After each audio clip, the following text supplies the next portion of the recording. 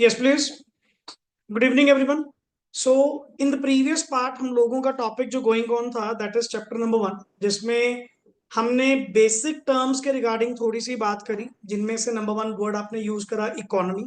Number 2, regarding the economics हम लोगों ने डेफिनेशन नोट डाउन की, एंड द मेन टर्म जिसके ऊपर तुम्हारी इकोनॉमिक्स क्या करती है, बेस करती है, जिसके कारण द मेन इकोनॉमिक प्रॉब्लम आपकी अराइज होती है, that is called as scarcity of resources. सबसे पहले इकोनॉमी की अगर बात की जाए तो इकोनॉमी में आपने क्या पढ़ा, sir? It's basically a system और अरेंजमेंट जिसके जरिए लोगों को मीन्स टू वर्क मिलता है and they earn they live. Clear? And जिससे वो अपनी लिविंग कमाते हैं, रोज की रोटी कमाते हैं। क्लियर? और इकोनॉमिक्स की अगर डेफिनेशन में पढ़ा जाए तो आपने कहा कि it's basically a social science of human behaviour. And उस ह्यूमन बिहेवियर में जितने भी इकोनॉमिक एजेंट्स हैं, अब इकोनॉमिक एजेंट्स की अगर बात की जाए, those people, those institutions, those organisations जो इकोनॉमिक एक्टिविटीज डन करते हैं, जो इकोनॉमिक डिसीजंस टेकअप करते हैं, they are basically called as economic agents, like consumers, producers, investors. तो जितने भी इकोनॉमिक एजेंट्स जब अपने रिसोर्सेज की बेस्ट एलोकेशन को लेकर थिंग्स डन करते हैं, फाइंड आउट करते हैं, उसको बेस्ट टू बेस्ट यूज करने के लिए जो कोशिश करते हैं, actually they are applying economics. जिसमें आप लोगों ने क्या पढ़ा कि कंज्यूमर का जो मेन मोटिव है वो क्या होगा, sir? To get the maximum satisfaction. Producer का जो मोटिव होगा वो क्या होगा? To get the maximum profitability. And as a society, as a government, the best motive is उनका क्या है? सोशल वेलफेयर करवाना, कि ultimately all over the economy resources को ऐसे बेस्ट मैनर में यूज किया जाए कि जिससे एक ऑल ओवर इकोनॉमिक मोटिव ही नहीं, सोशल मोटिव भी क्या होता रहे, पूरा होता रहे। क्लियर? देन हम लोगों ने स्टेप इन करा द टॉपिक जो हमारा गोइंग ऑन था स्कैर्सिटी को लेकर, जिसमें मैंने आपको एक मेन वर्ड बताया। कभी भी डायरेक्टली ये मत कहना कि जो scarcity means resources are limited. हमेशा साथ में वर्ड क्या बोलना, sir? Limited as as compare to its demand. जब तक ये वर्ड नहीं लिखोगे, दैट मीन्स आप तो फिर क्या कह रहे हो कि रिसोर्सेज हर सेक्टर में हर चीज के लिए क्या है? लिमिटेड। लिमिटेड तो है बिकॉज उसकी supply as comparison to its demand क्या है? कम।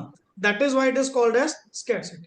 क्लियर? एक लाइन यहां पे इसके साथ ही कनेक्ट करिए, एंड फाइनली फिर नए टॉपिक से स्टार्ट करेंगे कि इकोनॉमिक प्रॉब्लम अपने आप में क्या है। क्लियर? सो यहां पे फुल स्टॉप के बाद supply of resources, full stop, scarcity, scarcity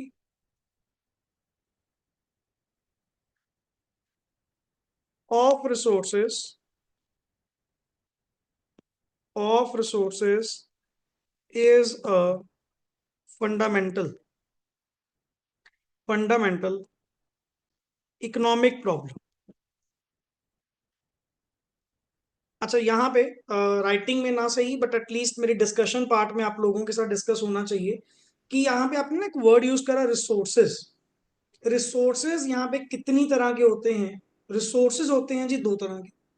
एक को बोला जाता है फैक्टर इनपुट्स एंड दूसरों को बोला जाता है नॉन फैक्टर इनपुट्स, जिनकी मदद से प्रोड्यूसर नेक्स्ट आगे क्या करेगा? प्रोडक्शन करेगा। तो हमारे यहाँ पे दो तरह के रिसोर्सेज, रिसोर्सेज मतलब हर वो चीज जिससे वो पर्सन अपने डिमांड को पूरा करे। क्लियर? जिसमें आपको अगर डे 1 याद हो, हमने 4M डिस्कस किए थे, man, material, money, machinery. Usually the 4M are basically called as the resources. Clear? क्योंकि इन्हीं के जरिए हम लोग पर्टिकुलरली क्या करते हैं जी? अल्टीमेट अपनी प्रोडक्शन नेक्स्ट आगे कंटिन्यू करते हैं। तो यहाँ पे ना, बट द ओनली रिसोर्सेज भी नहीं है कि मैं कह दूं जी सिर्फ और सिर्फ मैन, मशीन, मटेरियल, मनी, सिर्फ ये चाहिए। ये तो 4 मेन फैक्टर्स ऑफ प्रोडक्शन है, जिनके जरिए नेक्स्ट आगे आप लोगों की प्रोडक्शन क्या होती है? कंटिन्यू होती है। अगर आपने पहले कभी सुना हो या आज पहली बार सुन रहे हैं, there are 4 factors of production, जिनके जरिए आप लोग नेक्स्ट आगे प्रोडक्शन क्या करते हैं? कंटिन्यू करते हैं। प्रोडक्शन होगी, गुड्स एंड सर्विसेज प्रोड्यूस किए जाएंगे, तो जाकर मैं कंज्यूमर को नेक्स्ट आगे क्या कर पाऊंगा? सेल कर पाऊंगा। And that 4 factors of production अपने आप में कौन से होते हैं? Land, labour, capital and entrepreneur. Clear? तो हमने जो 4M यूज करा वो यही चीज है, काइंड ऑफ। तो हाँ, उसको प्रॉपर वे से अगर लिखा जाए तो हम कहते हैं जी there are 4 factors of production: land, labour, capital and entrepreneur. किसी बिजनेस को सेटअप करने के लिए these are the basic inputs, basic inputs. But these are not only the inputs कि बस यही होंगी, इसके अलावा सर रॉ मटेरियल भी चाहिए, रॉ मटेरियल चाहिए, पावर, फ्यूल, कंजम्पशन के लिए इलेक्ट्रिसिटी एंड ऑल, ये होते हैं नॉन फैक्टर इनपुट्स। कहीं शायद वन वर्ड में आपको कभी काम आए, या इन बिटवीन चलते चलते आपको राइटिंग में मिलेगा कि रिसोर्सेज कितनी तरह के। रिसोर्सेज को हम डिवाइड करते हैं 2 तरह से, clear? Number 1 is factor inputs and number 2 are basically non factor inputs. और हालांकि हमने लास्ट लेक्चर भी बात करी थी कि कुछ रिसोर्सेज जो होते हैं वो मैन मेड होते हैं एंड कुछ रिसोर्सेज जो होते हैं वो बाय नेचर होते हैं, क्लियर? तो अल्टीमेटली अल्टीमेटली हम तो सभी का मिक्सचर यूज करते हुए अपनी प्रोडक्शन कंजम्पशन को क्या करते हैं, कंटिन्यू करते हैं। But the thing is, resources अगर नहीं रहेंगे तो आप भी अपनी ह्यूमन वांट्स को कैसे पूरा करेंगे? इसीलिए डे बाय डे यहां पे ना इकोनॉमिक्स में 2 मोटिव आपको मिलेंगे। That is not only the motive, main motive is ठीक है कि रिसोर्सेज की बेस्ट एलोकेशन करनी है। What do you mean by best allocation? Utilization, कि उसको कहाँ एलोकेट करें। अच्छा, बेस्ट एलोकेशन का मतलब क्या हुआ word? It stands for what do you mean best utilization? जहां पे उसकी सबसे ज्यादा जरूरत है, उसकी जरूरत नहीं, सबसे ज्यादा जरूरत है, सबसे पहले रिसोर्सेज को आपको वहां पे लगाना चाहिए। और ये बात आपको आई थिंक सो अगर थोड़ी बैकग्राउंड समझ में आ रही हो, हमने स्टार्टिंग में बात करी थी कि रिसोर्सेज के क्या होते हैं जी, ऑल्टरनेटिव यूजेस। ऑल्टरनेटिव यूजेस होंगे तभी तो प्रॉब्लम ऑफ चॉइस क्या करेगी, अकर करेगी। नहीं अदरवाइज किस बात की इकोनॉमिक प्रॉब्लम? आपके पास जो रिसोर्सेज हैं वो एक ही जगह यूज होंगे, एंड जब भी वहां से डिमांड आएगी वहीं पे रिसोर्सेज लग जाए। ये जो इकोनॉमिक प्रॉब्लम का सिस्टम बनाया हुआ है, ये जो इकोनॉमिक प्रॉब्लम का फंडा यहाँ पे जो बनाया हुआ है, ये इकोनॉमिक प्रॉब्लम का फंडा आया कहां से? जब पता लगा कि रिसोर्सेज स्कार्स ही नहीं, स्कार्स तो है ही है, ऊपर से रिसोर्सेज के क्या हैं, ऑल्टरनेटिव यूजेस। और ह्यूमन वांट्स अपने आप में क्या है, अनलिमिटेड। तो वहां तो सर आपको जस्ट एक वर्ड समझाया गया, according to priority. The things come first, जो भी आपके लिए सबसे ज्यादा प्रायोरिटी रखती हैं, सबसे ज्यादा इंपॉर्टेंस रखती हैं, सर आपको वहां खर्च करने चाहिए, वहां पे अपने रिसोर्सेज लगाने चाहिए। अगर आप कह रहे हो जी एट द सेम टाइम मेरी सारी डिमांड्स पूरी हो जाएं, वो तो अपने आप में पॉसिबल नहीं। क्यों? इतनी तो सप्लाई है ही नहीं, इतने तो रिसोर्सेज अवेलेबल ही नहीं है। आपको अकॉर्डिंगली मन ड्रिवन करना पड़ेगा अल्टीमेटली जी, कैसे करें कि मेरे पास तो जी इतने रिसोर्सेज हैं, तो आउट ऑफ दैट मैं बेस्ट एलोकेट इसको कहाँ कर सकता हूं, so that I can get maximum satisfaction as a consumer, maximum profit as a producer. तो जितने भी इकोनॉमिक एजेंट्स हैं सबके लिए प्रॉब्लम जस्ट एक है, how to utilize the resources in its best possible manner. कि सही ढंग से कहाँ लगाएं जी, बस सिंपल सा पॉइंट ये है। अगर सही ढंग से लगाएंगे तभी प्रॉफिटेबिलिटी आएगी, एंड रिसोर्सेज की वेस्टेज नहीं होगी, द मेन थिंग। तो ये उन्हीं बातों पे बार बार घुमाएगा। तो आज हम पहले वो नोटिंग पार्ट में क्या करेंगे, कंप्लीट करेंगे, जो अब तक की 2 लेक्चर में हमने ओपन डिस्कशन करी है। कुछ हम लिख चुके थे, कुछ आज हम नेक्स्ट आगे इस टॉपिक को बढ़ाएंगे कि why does economic problem arise. And उससे पहले व्हाट इज इकोनॉमिक प्रॉब्लम, तुम्हारे सामने वही रिप्लाई है, scarcity of resources is the main fundamental economic problem. अगर स्कैर्सिटी ना होती, I think so economic supply ही ना करनी पड़ती, रिसोर्सेज उठाओ जहां मर्जी लगाओ, क्या दिक्कत है? ये प्रॉब्लम अराइज ही कहां से हुई? One of the basic, fundamental means the basic, जहां से ये प्रॉब्लम शुरू हुई, जहां से ये ह्यूमन स्टडी, ह्यूमन बिहेवियर को स्टडी करना पड़ा, due to scarcity of resources. Clear? लिखिए नेक्स्ट इज आगे, meaning of economic problem. Meaning of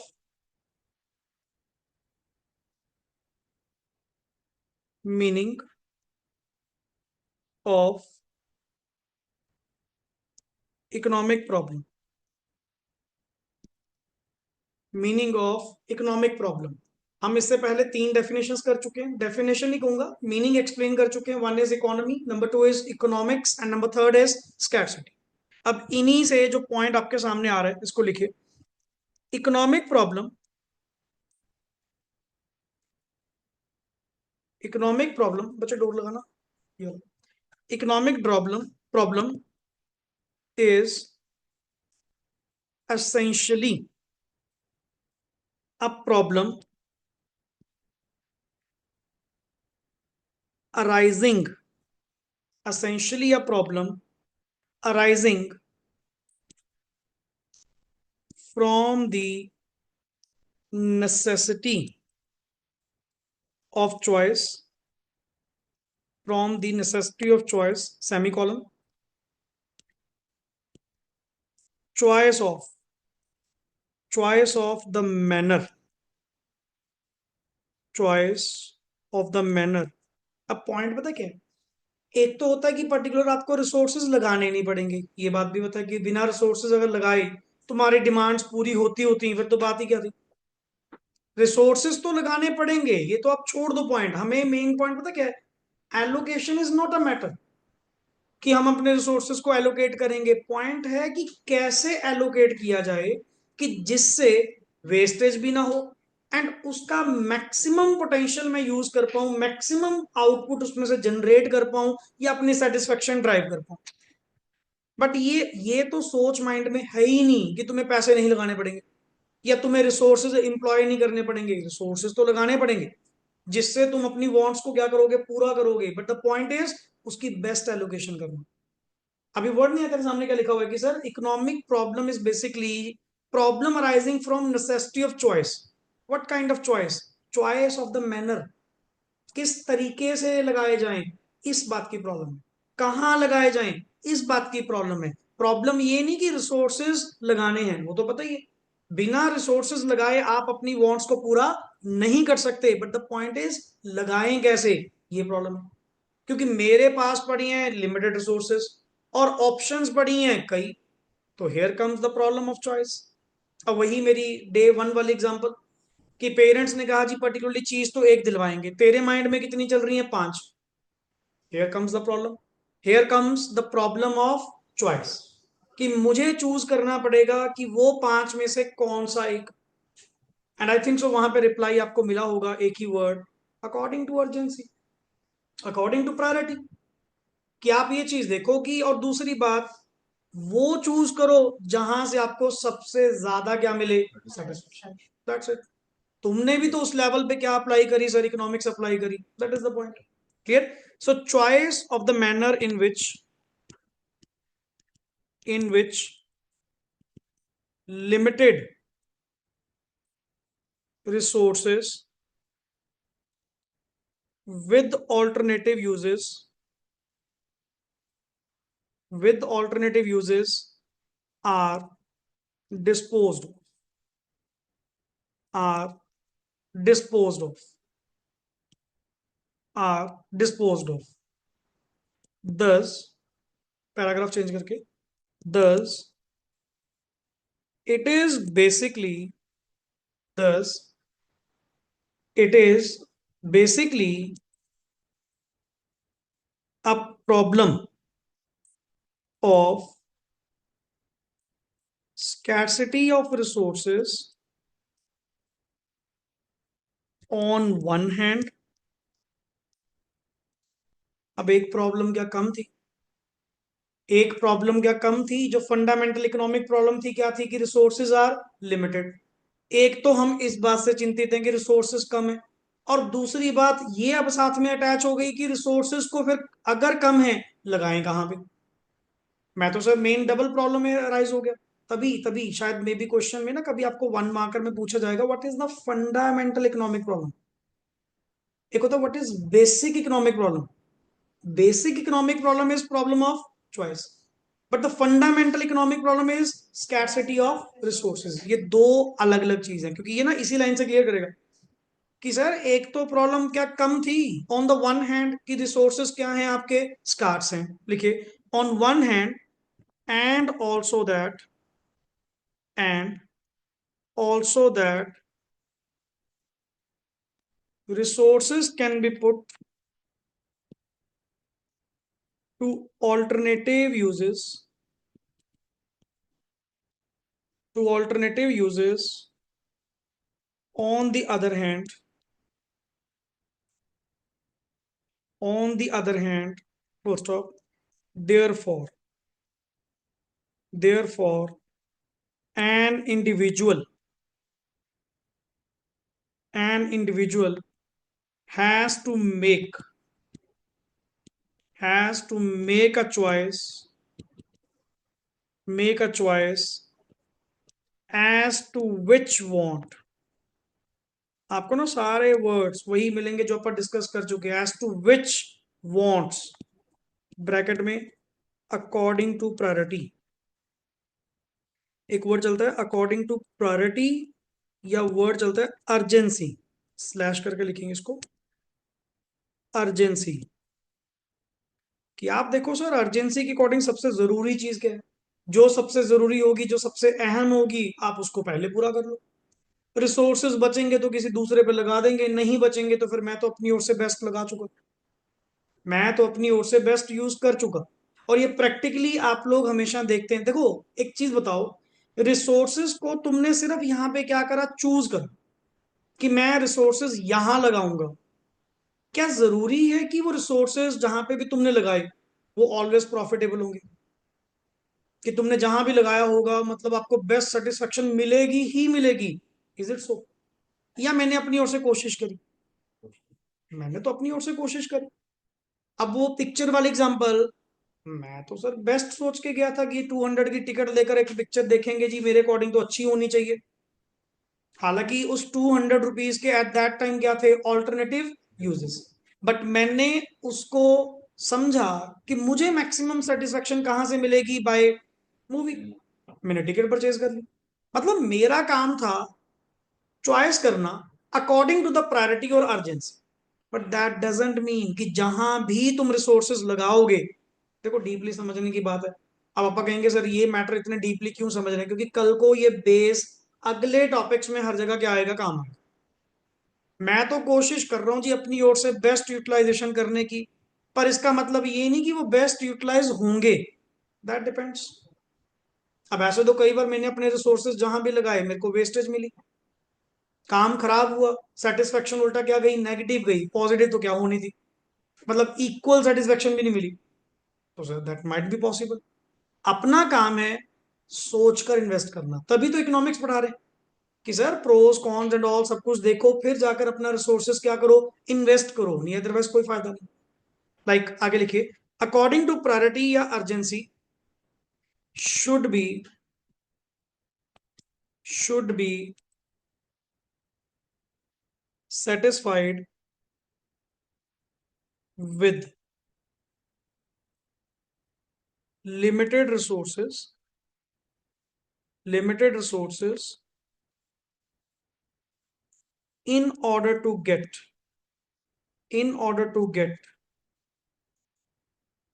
maximum satisfaction. First, in order to get maximum satisfaction. ये आपने देखना सर, आप जहां मर्जी से इसको फाइंड आउट करो. हमारे अकॉर्डिंग तो प्रॉब्लम ये है, हमारे अकॉर्डिंग तो फंडामेंटल प्रॉब्लम थी स्कैर्सिटी, उसके साथ अटैच कौन कर गया कि रिसोर्सेज के ऊपर से क्या है, ऑल्टरनेटिव यूजेस. डबल दिमाग लग गया. अब मुझे चूज करके लगाना पड़ेगा कि रिसोर्सेज को लगाऊं कहां पे. और ऊपर से ह्यूमन वांट्स क्या है, अनलिमिटेड, नेवर एंडिंग.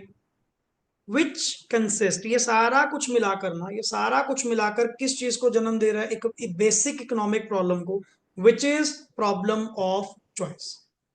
अब इनमें से ये सब मतलब ये सब हम्म प्रॉब्लम ऑफ चॉइस में इंक्लूडेड है. इंक्लूडेड है. वही अपन नेक्स्ट आगे लिखने जा रहे हैं जो अपने वर्ड्स पढ़े. ह्यूमन वांट्स आर अनलिमिटेड हैं, रिसोर्सेज आर लिमिटेड हैं, रिसोर्सेज के ऑल्टरनेटिव यूजेस हैं, एंड थिंग्स जितनी भी होती हैं, जो भी तुम्हारी डिमांड्स हैं, वो सर अर्जेंसी के अकॉर्डिंग टू चलती हैं, अर्जेंसी ऑफ वांट. ये सारी चीजें मिलकर क्या बनाती हैं, इकोनॉमिक प्रॉब्लम. वही टॉपिक नेक्स्ट आगे लिखिए, why does economic problem arise, why does economic problem arise. Questioning sense में लिखा हूं. और अगर मैं इसको ऐसे ब्रैकेट में लिखूं, that means I am discussing here causes, I am discussing here causes, कि इकोनॉमिक प्रॉब्लम के कॉजेस क्या हैं. देखो जहां पे क्वेश्चनिंग सेंस चलेगी अपन क्वेश्चन ऐड करेंगे. क्लियर? अब लाइक हर टॉपिक एंड होने के बाद मैं आपको कुछ थॉट्स लिखवाऊंगा, जैसे आपके बुक के बैक पे क्वेश्चंस वगैरह गिवन होते हैं, नॉट बेसिक, जो वाकई में लेवल के होंगे, जो आई think so exam point of view से आपको पता होने चाहिए। क्लियर? और टेस्टिंग पार्ट में क्वेश्चंस आपको अलग मिलेंगे। मतलब वैरायटी है सर। थिंग्स टेक टाइम, एक सिंपल वर्ड चलता है, थिंग्स टेक टाइम।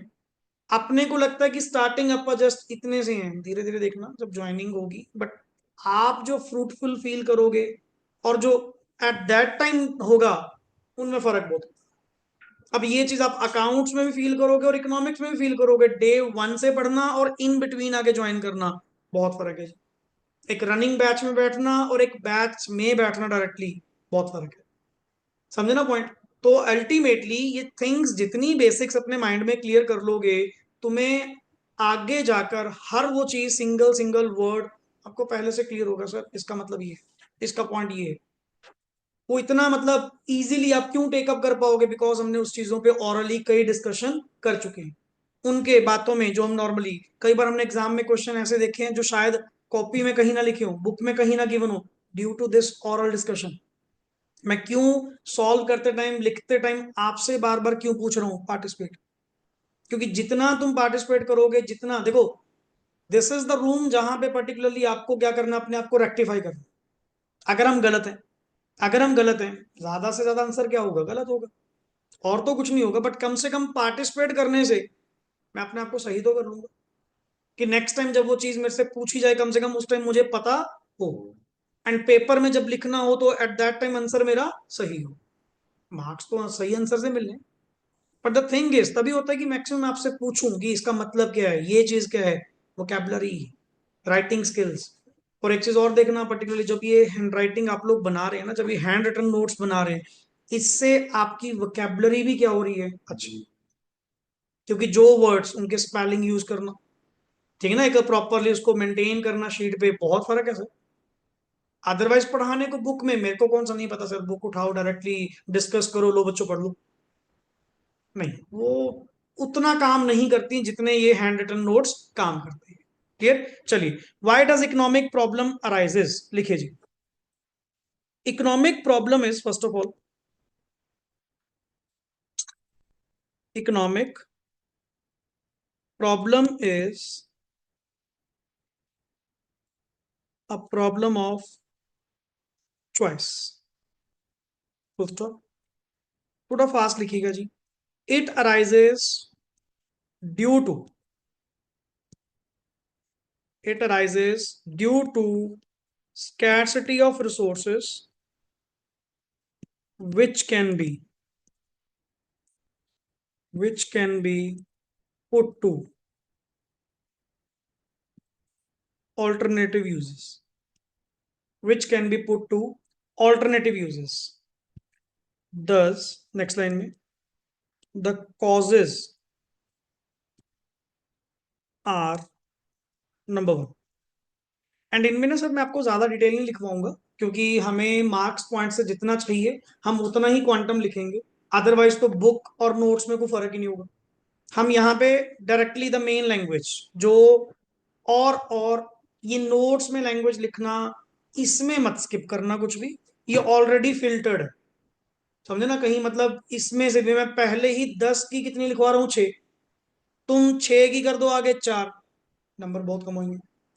ये मिनिमम स्टैंडर्ड है कि मतलब इतना तो लैंग्वेज आपने रिटेन करनी है, अदरवाइज मैं फिर वही 10 लिखवाऊंगा, उसका फायदा नहीं। पहले ही फिल्टर्ड सर, मतलब जो एक्यूरेट लाइन है जो आपके आंसरिंग पार्ट में दिखनी चाहिए, हम उसी पे डायरेक्टली काम कर रहे हैं। Clear? Number one is scarcity of resources, scarcity of resources,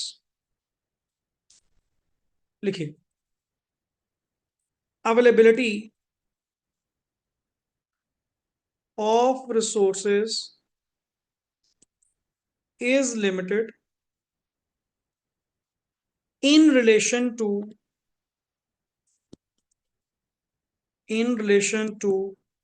need for them।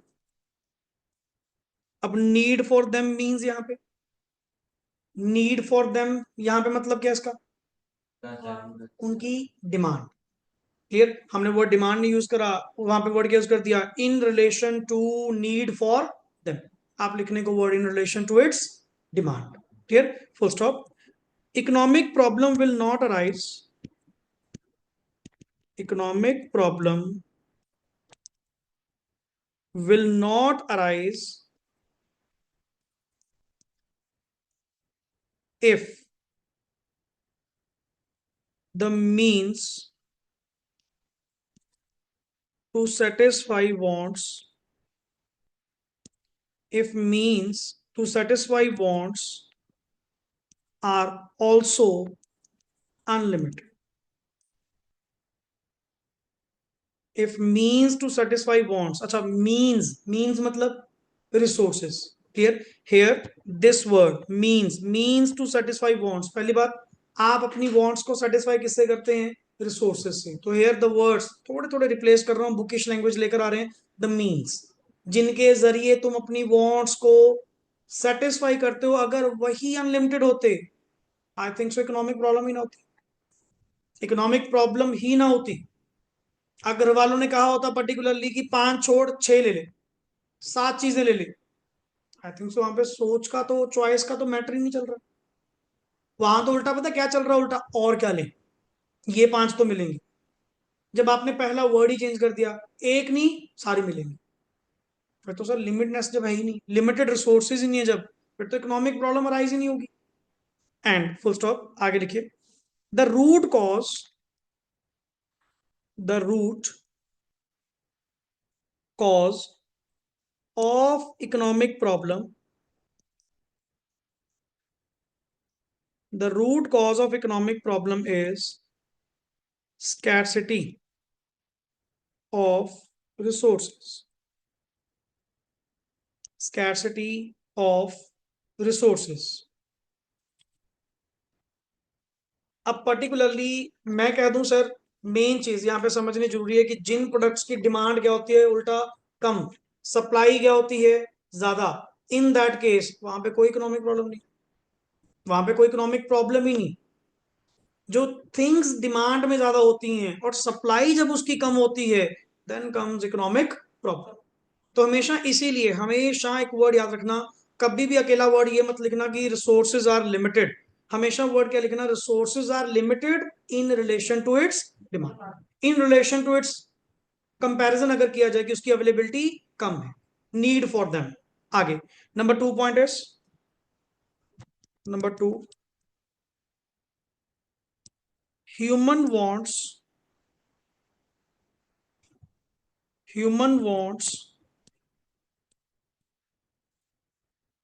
are unlimited. Why the human wants are unlimited? Why the human wants are unlimited?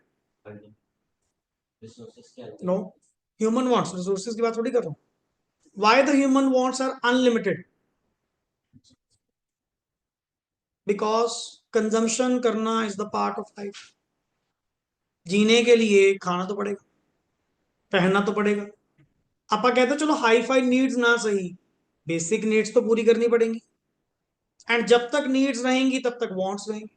जिसको मैंने क्या बताया था पर्टिकुलरली कि कभी भगवान से मांगा हो आखिरी बार, कभी नहीं, कभी भी नहीं, कि हे गॉड लास्ट विश है, इसके आगे कभी कुछ नहीं मांगूंगा। आप ये बात कहते ही ना, दूसरी विश पहली माइंड में चल रही होती है। ह्यूमन वांट्स कभी भी खत्म नहीं हो सकते, अनलिमिटेड है सर, अनलिमिटेड।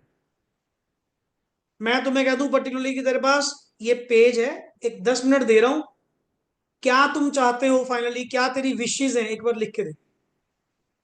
आपको कैसे एक्स्ट्रा शीट, ये तो कम है सर, अभी तो बहुत कुछ है, ये भी करना चाहते हैं, ये भी करना चाहते हैं, this that that that that, सपने, वही चीज, ड्रीम्स, जहां भी जो चीज आपने देखी उस चीज को पाने की कोशिश करी, वो भी तो अपने आप में वांट है, वो भी तो वांट है ना। बट उस वांट को पूरा करने के लिए तुम्हें बैकएंड से क्या चाहिए, रिसोर्सेस, रिसोर्सेस हमारे पास लिमिटेड है, तभी तो वहां पे प्रॉब्लम ऑफ क्या है, चॉइस है कि नहीं, उसको बाद में करेंगे, पहले ये सबसे जरूरी, पहले ये आज की डेट में ये। अब फॉर एग्जांपल एक फैमिली बजट की अगर बात करें, फादर मंथली 50,000 रुपीज अगर अर्न करते भी हैं, 1 लाख रुपीज अगर अर्न करते भी हैं, वो हमेशा सबसे पहले चीज कैसे सेटल डाउन करते हैं, कैसे कैसे उन रिसोर्सेस को यूज करते हैं, according to the priority wise, कि पहले पेमेंट किसकी जानी चाहिए, वो घर का किराया, दूध वाले की पेमेंट, राशन वाले की पेमेंट, द बेसिक पेमेंट्स। अगर कहीं बचेगा, चलो कहीं घूमने चलते हैं, इस बार बजट है अपने पास, कोई बात, चलते हैं। वो थिंग्स बाद में आएंगी, सबसे पहले क्या आती हैं sir, basic wants. Basic wants से निकलती क्या आती हैं, कंफर्ट वांट्स। कंफर्ट वांट्स से निकलती फिर जाकर कहीं लग्जरीज पे अपन कहीं क्या करते हैं, काम करते हैं। डे वन से थोड़ी लग्जरी के पीछे भागते हैं। समझे ना, हमेशा बंदा पहले बेसिक नीड्स पूरी करेगा, बेसिक के बाद कंफर्ट की ओर जाएगा, एंड जब कंफर्ट अचीव हो जाए उसके बाद कहाँ जाएगा, फिर लग्जरियस की ओर जाएगा। क्यों, तब तक रिसोर्सेज उसके काफी डेवलप हो जाते हैं। That is the thing. आगे लिखिए। So basically human wants are human wants are recurring in nature. Recurring stands for repetitive, बार बार हैपन होने वाली जो होती हैं, that are called as recurring in nature. Full stop. This is based on, क्योंकि हमें रिप्लाई देना है कि वाई दे आर अनलिमिटेड, मैं एक एक पॉइंट करके और इन चारों को कंबाइन करके जो आप रीजन लिखेंगे, तो जाकर आपकी इकोनॉमिक प्रॉब्लम क्या होती है, अराइज होती है। अब पहला रिप्लाई इसका ये देना कि वाई अनलिमिटेड। एक तो जी आपको बताया कि ह्यूमन वांट्स क्या होते हैं जी, रेकरिंग होती है, बार बार कंजम्पशन। दिन में कभी एक बार खाना खाते हैं, 3 बार खाते हैं। क्यों खाते हैं, नीड है, बॉडी को चाहिए। नहीं, एटलीस्ट चलो 3 टाइम को जरूरी नहीं है, 2 वक्त का खाना तो चलता है। आपने कभी सुना गरीब की डेफिनेशन जब आप वर्ड यूज करते हैं, हालांकि कहते हैं जी इसको कभी 3 वक्त का खाना नहीं मिलता, हम हमेशा वर्ड होते हैं इसको तो 2 वक्त की रोटी भी नसीब नहीं होती। समझे ना, दैट इज द थिंग, कि बेसिक नीड जो है पहले तो वो पूरी होंगी। आगे, sir this is based on this is based on human psychological psychological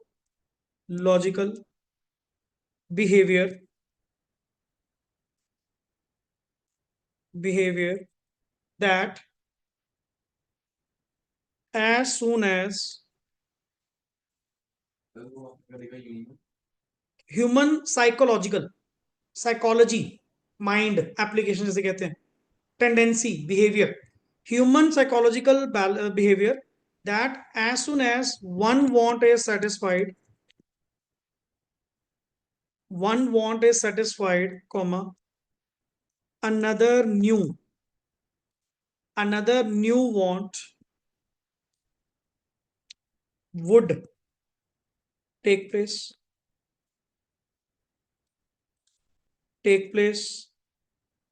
और ये चीजें आप लोग मतलब लिखने से पहले खुद क्या करते हैं, फील करते हैं कि ऐसा वाकई में है सर। ये अपना ह्यूमन साइकोलॉजिकल बिहेवियर है, एक चीज पूरी होती है दूसरी की ओर साथ के साथ दिमाग चलना शुरू हो जाता है। आप कभी भी एक चीज को जब अचीव कर लेते हैं वहां पे टिकते ही नहीं, कभी एक एक पे टिकते ही नहीं, आप इमीडिएटली दूसरी की ओर क्या करते हैं, स्ट्रगल करते हैं कि चल अब ये मिल गया, अब इसकी कोशिश करते हैं। सो ये जितनी बार ये चीजें हैपन होती रहेंगी, अकॉर्डिंगली क्या होगा सर, ह्यूमन वांट्स अनलिमिटेड चलती रहेंगी, एंड ऐसे ही इकोनॉमिक प्रॉब्लम आपकी फिर चलती रहेगी। क्लियर, लिखिए, would takes place, full stop, full stop. It implies इसका मतलब it implies everlasting existing demands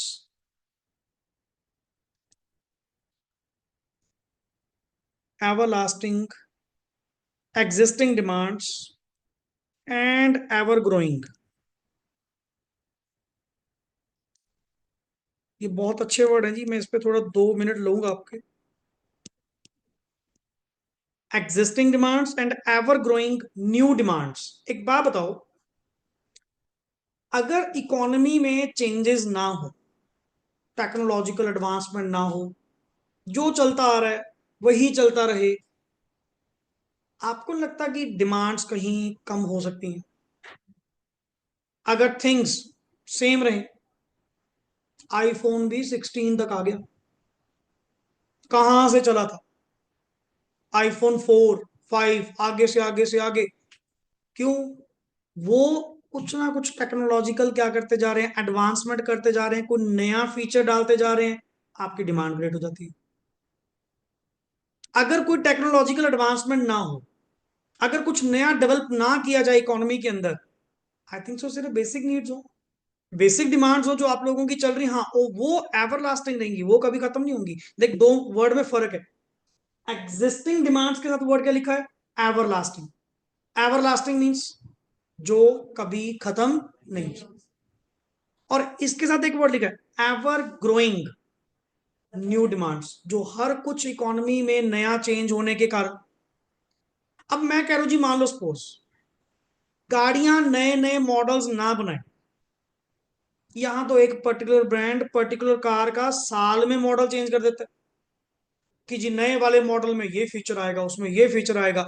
अगर ये कुछ चेंज ना हो, जिसको वर्ड एक सिंपल वर्ड में कहा जाए, अगर एनवायरमेंट चेंज ना हो, क्या आपको लगता है कि नई डिमांड्स क्रिएट होंगी? नहीं। ये भी वन ऑफ द कारण है। Human wants are unlimited sir, things इतनी ज्यादा चेंज होती जा रही है डे बाय डे। और आज के जमाने में तुम स्टैटिक एनवायरनमेंट, रुकी हुई जिंदगी में नहीं हो, चेंजिंग जिंदगी में हो, डायनामिक डायनामिक एनवायरनमेंट में। और जितना एनवायरनमेंट आपका क्या होगा, डायनामिक होगा, उतनी चेंजेस आप लोगों के लिए। आप डेली ऊपर से कितना स्क्रॉल करी जा रहे हो, सर्फिंग करी जा रहे हो, कुछ ना कुछ नया देखते जा रहे हैं कि दुनिया में ये भी आ गया यार, ये लेंगे। इमीडिएटली आपकी एक वांट क्या होगी वहां पे, जनरेट होगी।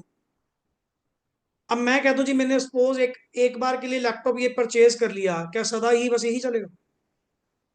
अपग्रेड करने की जो वर्ड चलती है, डिमांड तो वो भी रेज हो रही है। वो क्यों रेज हो रही है? Due to some add on features. कि टेक्नोलॉजी अपग्रेड होगी, तुझे पता नए वाले में ये पॉइंट आया, उस वाले में ये फीचर है। और इकोनॉमी को ग्रो करने से सर कोई नहीं रोक सकता, एनवायरनमेंट को चेंज होने से कोई नहीं रोक सकता, वो तो चलता रहेगा। एंड जब तक वो चेंजेस चलती रहेंगी, तब तक ऑटोमेटिकली आपका भी ह्यूमन वांट्स जो है वो क्या रहेंगी, अनलिमिटेड। तभी तो आज की डेट में पर्सन कोई सेटिस्फाई हो नहीं पा रहा, अच्छी खासी इनकम होते हुए भी वो एक तृप्त जिंदगी, सेटिस्फाइड लाइफ नहीं जी पा रहा। उसका कारण क्या है? Things are so dynamic. अब लाइक फॉर एग्जांपल, अगर मैं कह दूं यहाँ पे फूड जंक्शन के पॉइंट से एक दुकान बंद होती है, चार खुलती है, नए नए क्लब्स, ठीक है ना, नए नए मान लो रेस्टोरेंट्स वगैरह ओपन होते हैं। अब आप वहां पे कोई भी रील देखते हैं कि हाँ वहां पे ये चल रहा है, फलाना चल रहा है, ऐसा सर्व कर रहे हैं, ये फूड है, चलो जी, डिमांड जनरेट होगी, वांट जनरेट होगी।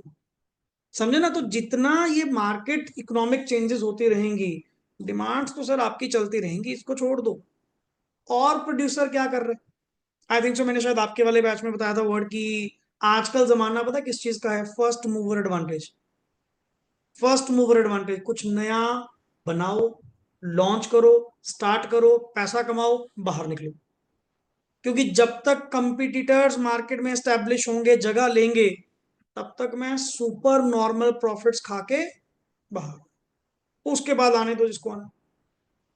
अब एप्पल यही तो चीज कर गया कि चीज ऐसी लेकर आओ, ये जो तुम्हारे fingerprint sensor and all, face recognition जो आया, ये कहां से आया? पर्टिकुलरली ये सारा एप्पल से ही तो आया। एंड ये फर्स्ट मूवर एडवांटेज की तरह काम करता है। और ये वैसे चलते भी प्रोडक्ट कॉन्सेप्ट के अकॉर्डिंग है, ये प्रोडक्शन कॉन्सेप्ट पे नहीं चलते। चाइना चलता है प्रोडक्शन कॉन्सेप्ट पे, इतनी ज्यादा प्रोडक्शन करो, चीज सस्ती बेचो, लोग अपने आप लेंगे। और एप्पल वाले किस चीज पे चलते हैं? चीज चाहे महंगी बेचो, पर चीज हो, प्रोडक्ट हो, समझे ना, कि लोग अपने आप लेंगे। एक चीज तो आप फील करते होंगे अगर आप यूज करते हैं, पर्टिकुलरली आईफोन अगर देखते भी हैं, सर दुनिया ने बाकी जितनी कंपनीज हैं, कितने मेगा मेगा पिक्सल के सर कैमरास लगा दिए। कोई 50 मेगापिक्सल, बोलते कितने कितने मेगापिक्सल, मतलब एक लगा लो बस कैमरा ही है वो। एंड अल्टीमेट वही एप्पल भी प्रोवाइड कर रहा है। आई थिंक सो वो तो इतने मेगापिक्सल प्रोवाइड भी नहीं करते, वो तो जी मे बी 8 मेगापिक्सल शायद क्लैरिटी, उनका 50 मेगापिक्सल, इनका 8 megapixel. RAM wise, RAM wise इनकी जो एप्पल वालों की नॉर्मल फोन 8 8 GB रैम, और इनका 3 GB। 3 पॉइंट समथिंग है इनका, पूरा फास्टली एक्टिव, क्योंकि ये चलते हैं जी प्रोडक्ट बेस्ड। फर्क है ना, ये चीज है। तो आपको इन चीजों के बारे में तभी सोचना पड़ेगा। कहते एवर ग्रोइंग सर, मार्केट में कुछ नया लाओ, डिमांड तो अपने आप आएगी। कई बार बंदा सोच रहा होता है एज अ प्रोड्यूसर, यार ये चलेगा, ऐसा अगर करेंगे तो चलेगा। पहले किसने सोचा था जी डबल कैमरास आएंगे, कि मोबाइल पे डबल डबल कैमरास, अगला कहता है एक कैमरा बहुत होता है। अब चार चार कैमरास देने लग गए, पता नहीं क्या कुछ, सब चल रहा। नया दो, पुराना अगर कुछ रखोगे पुराने की डिमांड स्टेबल ही रहेगी। नया कुछ दोगे तो लोगों में थोड़ी क्यूरियोसिटी होगी, यार नहीं वो चीज लेनी, वो चीज मार्केट में चल रही है। That is why human wants are unlimited. Changing environment. आगे लिखिए, next is full stop.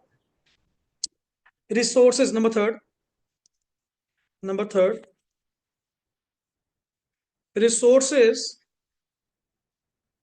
can be put to alternative uses. Resources can be put to alternative uses. लिखिए, means have, एक तो ना ये वर्ड याद रखना, मीन्स मतलब resources. Clear, resources means have alternative uses, alternative uses, full stop. Choice is to be made between, choice is to be made between different uses, full stop. When we opt, when we opt for one want, when we opt for one want, comma, we have to forego, we have to forego the other, the other, full stop. इतना तो common हमें पता ही है। अगर एक तरफ gain होगा तो दूसरी तरफ क्या होगा, सेक्रीफाइस। बट ये तो है नहीं कि दोनों तरफ गेन होगा या दोनों तरफ सेक्रीफाइस होगा, नहीं। अल्टीमेट जब भी आप रिसोर्सेज के बीच में क्या करेंगे, चॉइस करेंगे, एक तरफ आप लगाएंगे, दूसरी तरफ आपको कुछ खोना पड़ेगा। अब फॉर एग्जाम्पल अगर मैं कह रहा हूं पर्टिकुलरली जी एक लैंड है, land is also resource. Land है पर्टिकुलरली, कि आप लैंड को किस पर्पस के लिए यूज कर सकते हो, सर बहुत पर्पस है। आप उसको एज अ कोई प्ले ग्राउंड की तरह यूज कर लो, उस पर घर बना लो, फैक्ट्री बना लो, फार्मिंग में यूज कर लो, एग्रीकल्चर के लिए पर्टिकुलरली। क्लियर, कोई स्पोर्ट्स एक्टिविटी के लिए उसको यूज कर लो। जमीन है, जमीन के तो बथेरे कुछ हल है। बट अगर कह दो सारा कुछ एक टाइम पे हो जाए, ये तो पॉसिबल नहीं, ये तो पॉसिबल नहीं है, क्योंकि सर लैंड तो एक है और यूजेस लैंड के क्या हैं, ऑल्टरनेटिव। अब तुम देखो, स्कूल ओपन करना है, स्कूल ओपन करो, प्ले ग्राउंड बनाना है, प्ले ग्राउंड बनाओ, हाउस बनाना है, हाउस बनाओ, फैक्ट्री बनानी है, फैक्ट्री बनाओ। समझे ना, जिस भी पर्पस के लिए आपने यूज करना है, बट अगर एक तरफ जाओगे तो दूसरी तरफ आपको चीजें छोड़नी पड़ेगी। That is called as you have to sacrifice for gaining something. अब मैं कह दूं जी तुमने वो पांच में से किसी एक को चुना, ये भी तो कहो ना साथ में चार को छोड़ा। एक को चुनने के लिए तुझे कितनों को छोड़ना पड़ा, चार को छोड़ना पड़ा। बिकॉज ऐसा क्यों, क्योंकि रिसोर्सेस के क्या थे, ऑल्टरनेटिव। अच्छा एक बात बताओ, घर वालों ने पर्टिकुलरली एक चीज कही और आपने एक ही बताई, क्या वहां पे कोई प्रॉब्लम ऑफ चॉइस है, मैंने बताई है क्या। और अगर मैं कह रहा हूं लेना तो मैं बहुत कुछ चाह रहा हूं बट मिलेगा एक, वहां पे प्रॉब्लम ऑफ चॉइस। लिखिए next is, we have to forgo the other, full stop. Therefore, therefore a choice has, यहां तक ले लिया सबने जी, देयर फॉर, कर दो शिफ्ट, यहां तक लिख लिया। Therefore a choice, a choice has to be made, a choice has to be made as to show, sorry, as to how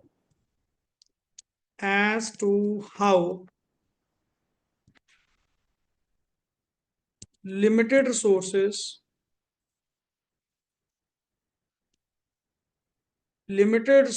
be spent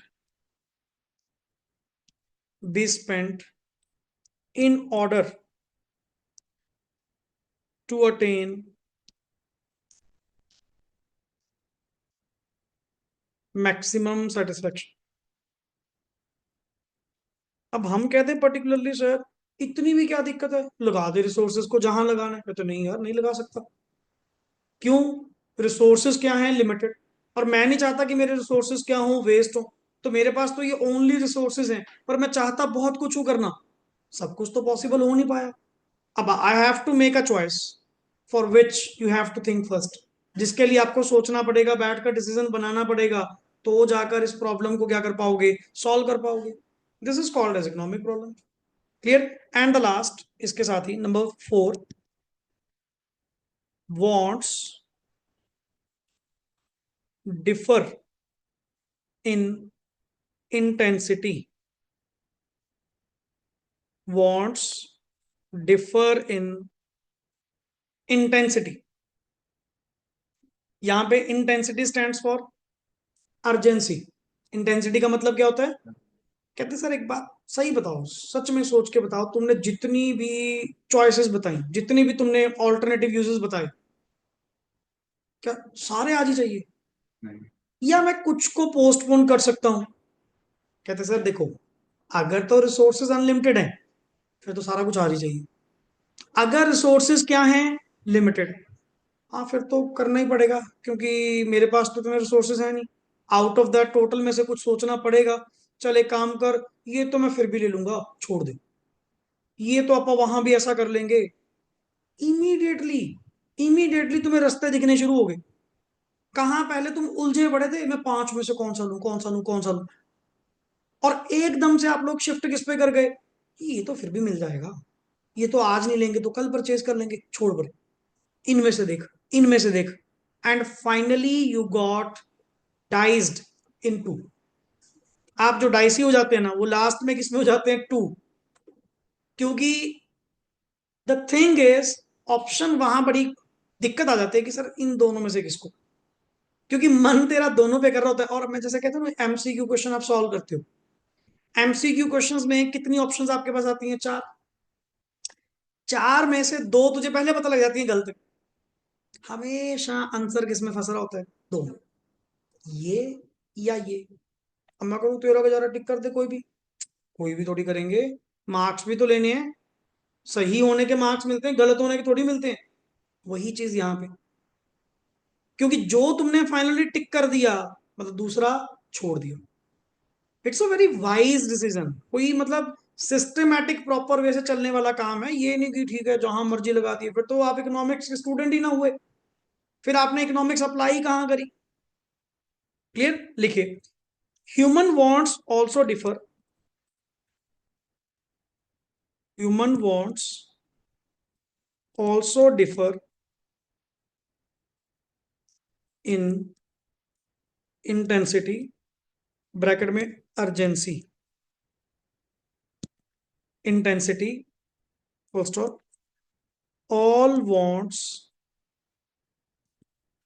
are not, all wants are not of equal intensity, full stop. Some of our wants, some of our wants need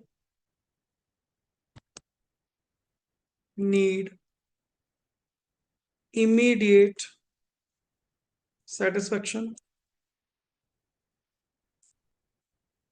while while others can be postponed, others can be postponed। इसे जैसे हम कहते नहीं, देखो जी आपने कहा था एक मिलेगी, फिर ये वाली दिलवा दो, बाकी 4 तो मैं फिर भी क्या कर लूंगा, कहीं ना कहीं एडजस्ट कर लूंगा। पहली बात तो एडजस्ट करना पड़ेगा, नहीं तो एक से भी जाओगे। क्यों, रिसोर्सेज तो लिमिटेड है। फिर बेहतर यही है, चुपचाप सिलेक्शन करो कि out of the total choices कौन सी बेस्ट है। एंड सबसे बेस्ट मतलब कौन सी सबसे जरूरी है, प्रायोरिटी है, कि जिसके बिना मेरे को सेटिस्फेक्शन नहीं मिलेगी एंड मुझे सबसे पहले वो चीज चाहिए। And I think so that is the best way. अगर आपने उस इकोनॉमिक प्रॉब्लम से डील करना है तो सर ऐसे डील करना पड़ेगा, नहीं तो बहुत मुश्किल है। कुछ को तो पोस्टपोन कर कर ही काम चलेगा, सारे तो मिल ही नहीं सकते। Full stop. Others can be postponed, full stop. The that is why comma resources can be allocated, resources can be allocated according to the priority of wants, the priority of wants। लो जी, हमारी basic economic problem और एक हाँ fundamental economic problem, दोनों में फर्क है। अगर पूछा जाए फंडामेंटल इकोनॉमिक प्रॉब्लम कौन सी है, that is scarcity of resources. अगर पूछा जाए बेसिक इकोनॉमिक प्रॉब्लम कौन सी है, that is problem of choice, which arises due to four causes, four reasons. Number one is resources are limited, जिसको आपने कहा scarcity of resources. Number two, resources can be put to alternative uses. Number third, human wants are unlimited, and number four is wants differ in intensity। Clear? So ultimately these four are the causes। Now onwards एक heading दीजिए, एक heading दीजिए। इसी के साथ एक topic चलता है जी, central problems of an economy. Central problems of an economy. अब ये सेंट्रल प्रॉब्लम्स है। पहले थी बेसिक इकोनॉमिक प्रॉब्लम, ये सेंट्रल मींस ऑल ओवर। अगर आप कहीं भी इकोनॉमी लेवल पे बात करते भी हैं तो आपको ये प्रॉब्लम्स देखने को मिलेंगी। एंड ये सेंट्रल प्रॉब्लम्स आपने जस्ट नॉर्मली सुनी होंगी। Sir number one is what to produce, number two is how to produce, and number third is for whom to produce. These are the basic problems जो है, central problems of an economy है, जिनको sort out करने के लिए हमने economic structure क्या करे हैं, लॉन्च करें। कि अगर इन सेंट्रल प्रॉब्लम्स को इकोनॉमी लेवल पे क्या करना है, सॉल्व करना है, तो आपको इकोनॉमी को स्ट्रक्चर वाइज बांटना पड़ेगा। या तो फ्री इकोनॉमी होगी, या कैपिटलिस्ट इकोनॉमी होगी, या चलेगी मिक्स्ड इकोनॉमी। क्लियर? सो ये दो बैक टू बैक हमारे टॉपिक्स हैं जो भी हम करने वाले हैं। Number one is what are the central problems, and number two how to solve it. इन सेंट्रल प्रॉब्लम्स को फिर सॉल्व कैसे किया जाए, that is the main. Clear? लिखिए, सेंट्रल प्रॉब्लम्स में production, production exchange and consumption, and consumption. पहला में लिखना है जो पॉइंट सुनाओ। नहीं, अभी पहले para. Production exchange and consumption of goods and services, of goods and services are the basic economic activities of life,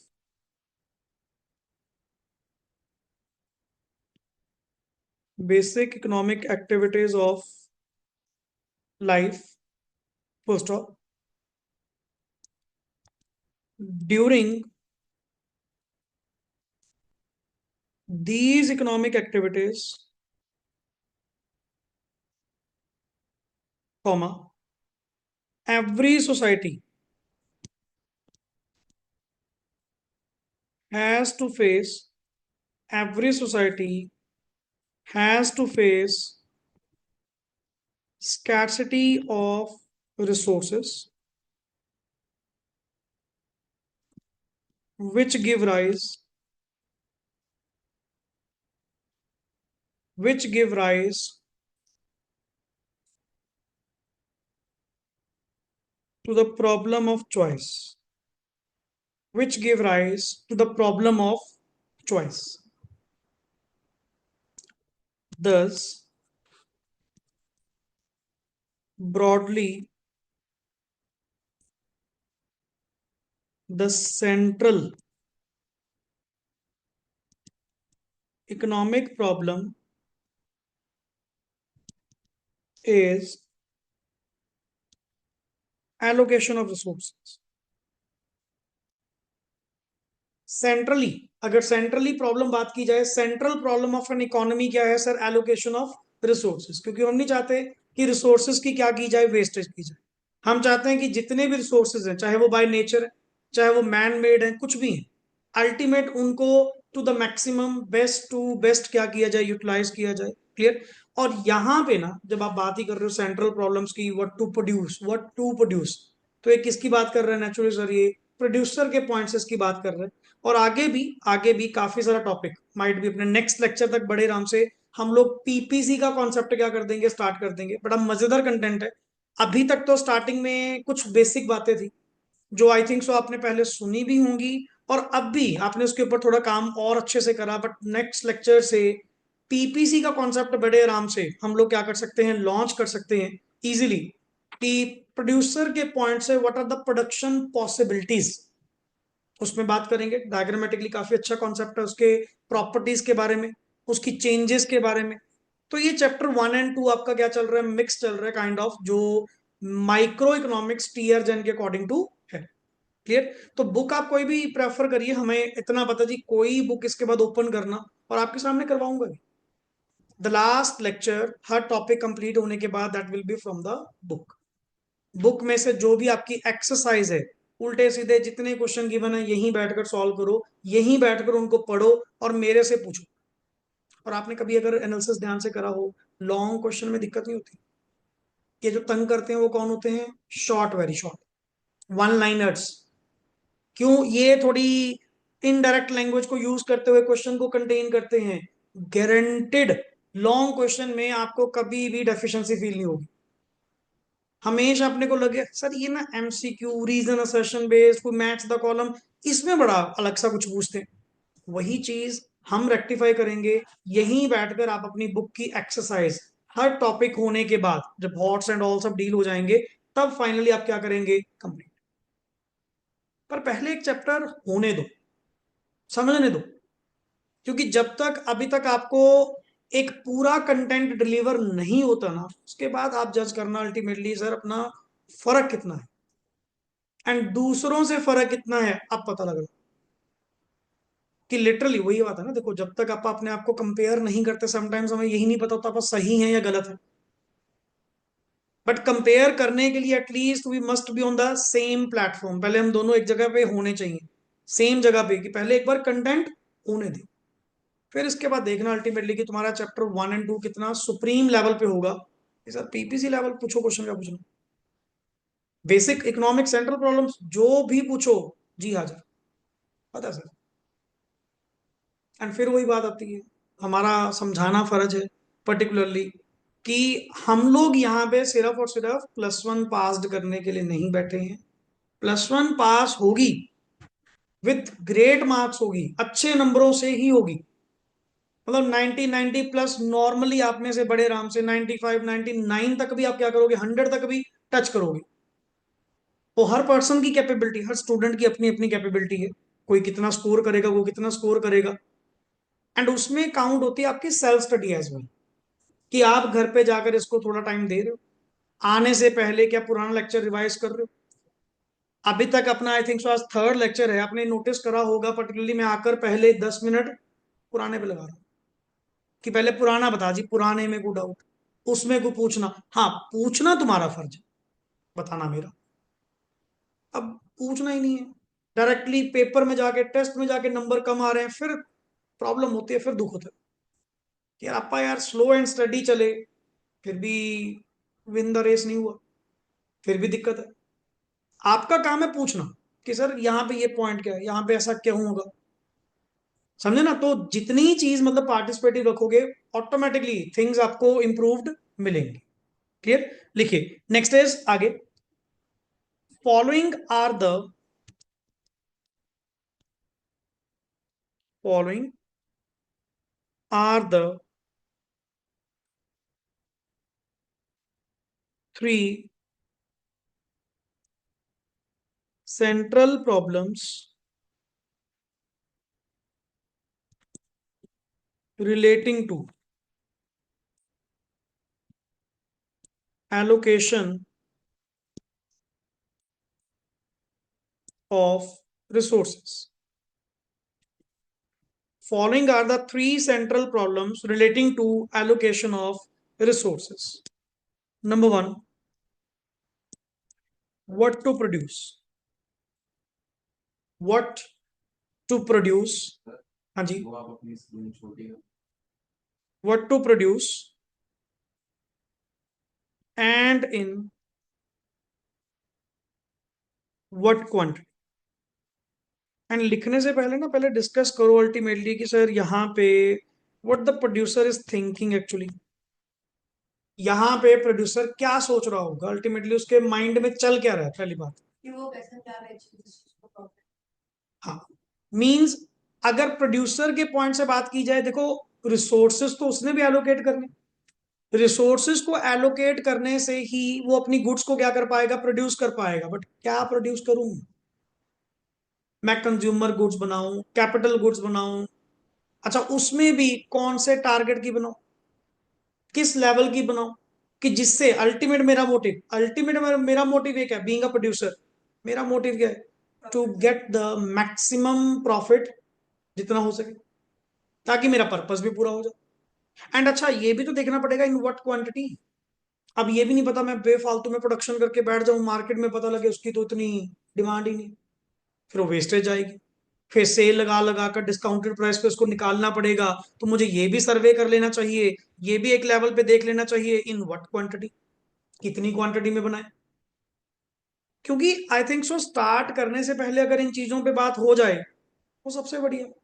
मैंने पहले पूरा मार्केट सर्वे करा, पूरी इकोनॉमी को समझा, स्टैटिस्टिक्स पूरी इकोनॉमिक सर्वे मैंने कंडक्ट करे, पता करा मार्केट के बारे में चल क्या रहा है, जिसको तुम कहते हो रिसर्च एंड एनालिस्ट, कि एनालिसिस करना, मार्केट को समझना, मार्केट में किस चीज की डिमांड है, क्या मेरे बनाने से कोई फर्क पड़ेगा, मेरे कंपटीटर कितने हैं, हर चीज पॉइंट से उसको क्या करो, एनालाइज करो.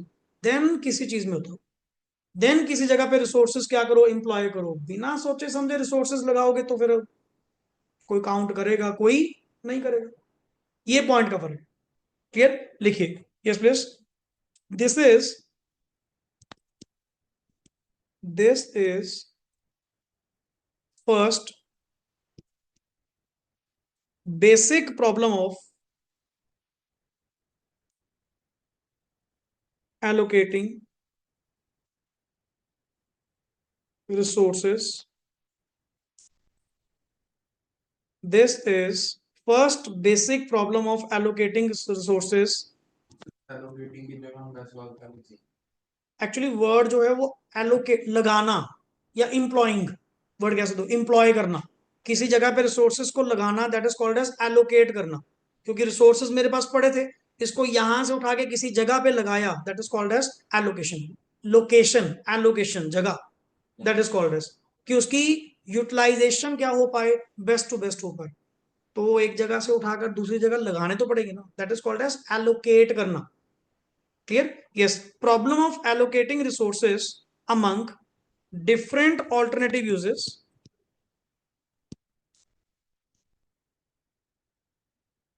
Different alternative uses. Full stop. This is also called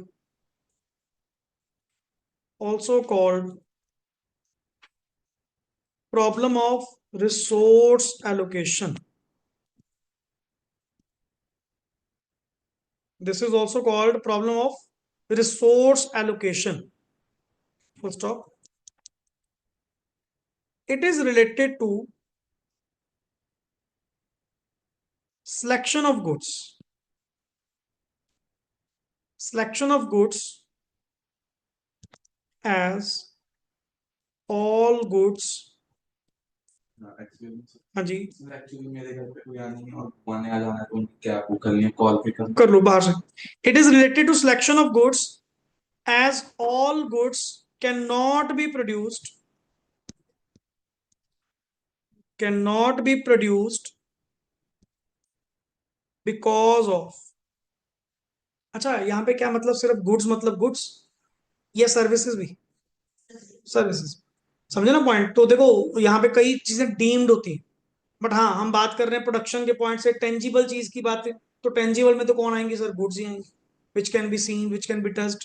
clear? So because of, इतना तो कहते हैं आप में भी समझ है, सारा कुछ तो नहीं बना पाओगे, दुनिया की हर जहान की चीज तो नहीं बना पाओगे, जितने रिसोर्सेज अवेलेबल है बन तो कुछ पाएंगे। हाँ बात है कि वो कौन सी हो, वो कौन सी बनाई जाए, that is the main thing. Clear? Because of limited resources, full stop, full stop. It is a, next line में, it is a two fold, it is a two fold decision. ये एक्चुअली अपने आप में two fold decision है। Two fold मतलब दो अलग अलग व्यू पॉइंट्स टेकअप करने वाला, नॉट ओनली सिंगल। यहां पे अपने को सिर्फ ये नहीं सोचना कि कौन सी गुड्स बनाई जाए, जो भी डिसाइड करूंगा फिर कितनी बनाई जाए वो भी साथ में सोचना पड़ेगा। It's called as two fold, double time, not only single time. बस ये डिसाइड कर लिया व्हाट टू प्रोड्यूस, वो तो फिर पता लग गया, consumer goods, capital goods, durable goods, कौन सी गुड्स, प्रोड्यूसर गुड्स, वही तो बनाएंगे। बट आगे कितनी बनाएं ये भी साथ के साथ आपको क्या करना पड़ेगा, डिसाइड करना पड़ेगा। नहीं तो मोस्टली बच्चा यहाँ पे ना क्या करता है, व्हाट टू प्रोड्यूस तो लिख रहा है, इन व्हाट क्वांटिटी वो नहीं लिख रहा, जबकि वो चीज भी साथ में डिसाइड करनी जरूरी है। लिखिए, तो थोड़ा तो it is a two fold decision. Number one, number one, which goods and services, देखा गया ना वर्ड अपने आप, which goods and services are to be produced, are to be produced. Example, example, consumer goods, consumer goods or capital goods, consumer goods or capital goods.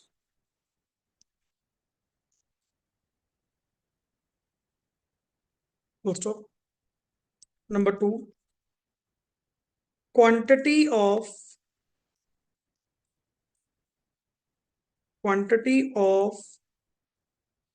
goods and services, quantity of goods and services should also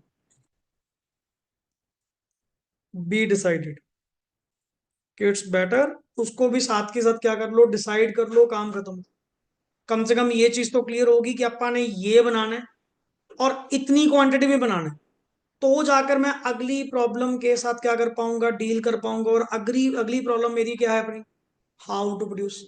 फिर मैं उसके बारे में सोचूंगा कि sir it's a basically problem of technique, choice of technique, क्या production technique लगाई जाए, हम मशीनों से काम करवाएं या नॉर्मल ह्यूमन लेबर से काम करवाएं, तो उस पर बात करें। पर कम से कम पहले ये तो क्लियर करो, जैसे हम कहते नहीं, पहले तो ये क्लियर करो बनाना क्या है, बनाएं कैसे वो तो बात की बात है, बनाना क्या है, कितना बनाना है, कम से कम पहले वो तो क्लियर करो, फिर आप बात करेंगे टेक्निक के ऊपर।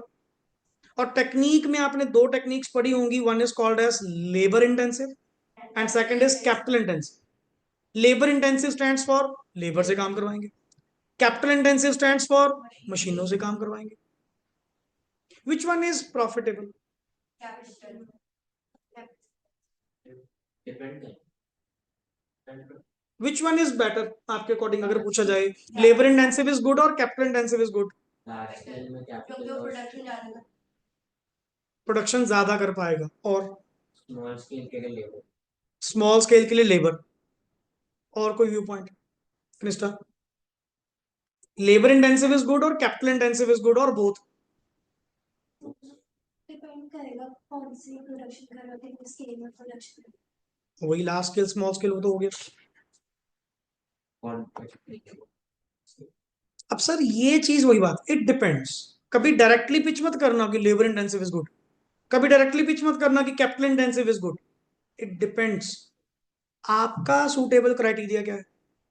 अब आपने कह दिया पर्टिकुलरली कि जी कैपिटल इंटेंसिव से काम करवाएंगे, कैपिटल इंटेंसिव का मतलब क्या, मशीनों से काम करवाएंगे। मशीनरी के लिए क्या चाहिए, कैपिटल इन्वेस्टमेंट। मशीनरी के लिए चाहिए पैसा चाहिए। 5 करोड़ का प्लांट है, 5 करोड़ है ही नहीं, मेरे पास पैसे ही नहीं है। इन दैट केस पर्टिकुलरली मेरे पास इतनी एबिलिटी नहीं है कि मैं इतना बड़ा लोन भी लेकर इंटरेस्ट पे काम करूंगा, कॉस्ट बढ़ाऊंगा। मैं कह जी अपने में हिम्मत नहीं है। हाँ पर मैं लेबर से काम करवा सकता हूँ, तो भाई तुम्हारे लिए लेबर इंटेंसिव ठीक है। अब जिस एरियाज में मतलब डे बाय डे आजकल आप लोग प्रॉब्लम फेस कर रहे हैं, लेबर ही नहीं है। मैन्युफैक्चरिंग लाइन में मोस्ट ऑफ द मैन्युफैक्चरर्स की सबसे बड़ी जो दुखती रग है ना, वो क्या चीज है, लेबर। वो क्या कहेंगे जी, लेबर है जी, काम ही नहीं करती, टिक के काम ही नहीं करती, रोज नए नए बंदे ढूंढने पड़ते हैं। अल्लाह कहता है जी अगर लेबर से आप इतना तंग हो, फिर एक काम का काम ही खत्म करो, मशीनें लगा लो। तो ये कभी हम डायरेक्टली पिच नहीं करेंगे कि capital intensive is always good या labour intensive is always good. It depends, depends scenario to scenario. हमारे लिए तो जी दोनों बढ़िया। अब जैसे आपने चलो एक पॉइंट बोला, एसएसआई स्मॉल स्केल के लिए, जो स्मॉल स्केल इंडस्ट्रीज होती हैं, उल्टा उस केस में कैपिटल इंटेंसिव नहीं, वहां पे क्या चलती है, लेबर इंटेंसिव।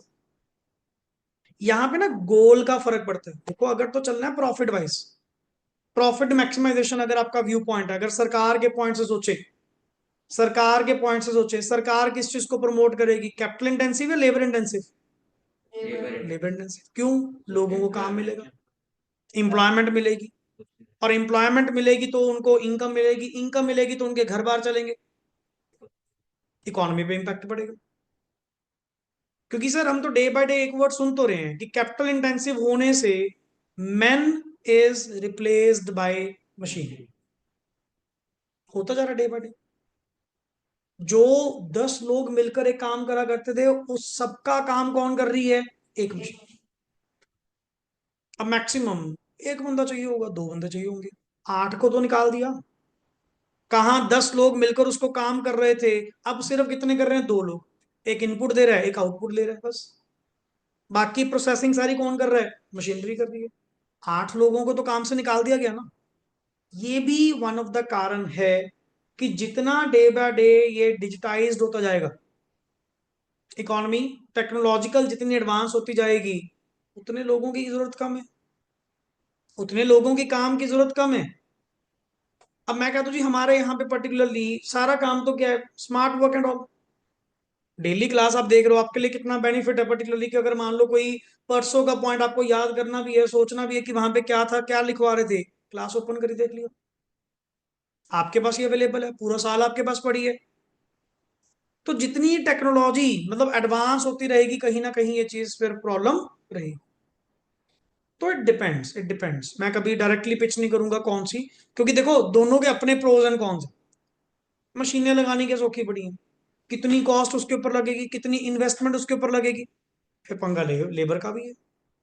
तो हम तो कहेंगे जो तुम्हें, यही यही तो चॉइस है, यही तो प्रॉब्लम ऑफ चॉइस है यहाँ पे, कि तुम्हें यहाँ पे चॉइस करनी पड़ेगी टेक्निक ऑफ प्रोडक्शन की, लेबर इंटेंसिव और कैपिटल इंटेंसिव, या बोथ।